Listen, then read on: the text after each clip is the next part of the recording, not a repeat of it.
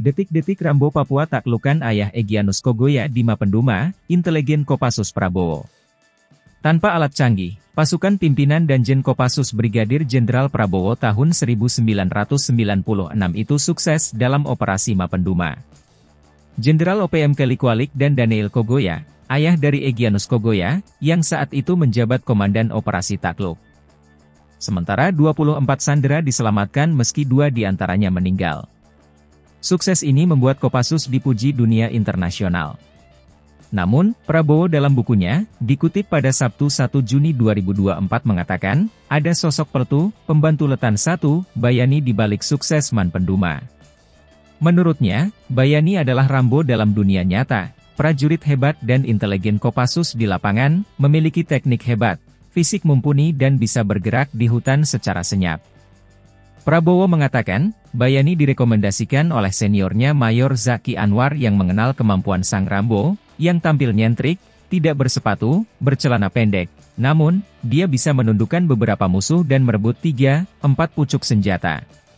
Singkat cerita, dalam operasi Mapenduma itu, Prabowo membentuk tim inti pembaca jejak gabungan Kopassus Kodam Cendrawasih diberi nama Tim Kasuari yang dipimpin Peltu Bayani.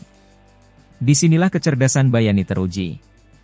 Sebab, tahun 1996, TNI tak memiliki satelit, drone, dan pesawat pengintai yang baik, tak ada peta topografi skala 1-50-000. Hanya berbekal peta bagan terbuat dari tangan, yang akhirnya diperbanyak. Namun, Serka Bayani mampu menetapkan beberapa ordinat penting. Sementara saat bersamaan, Prabowo mendapat informasi dari tim Inggris berhasil memasang alat pelacak saat menitip obat-obatan dan logistik melalui Palang Merah Internasional untuk para sandera.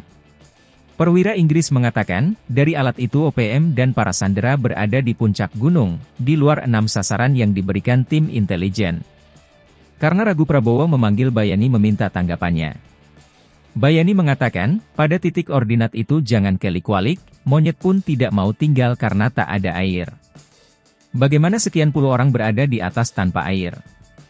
Prabowo menilai, inilah insting kecerdasan dari seorang pribumi, putra daerah seperti Bayani. Atas saran itu, ia memutuskan menyerang 6 titik sesuai kajian tim intelijen. Tim Prabowo pun berhasil membebaskan sandera.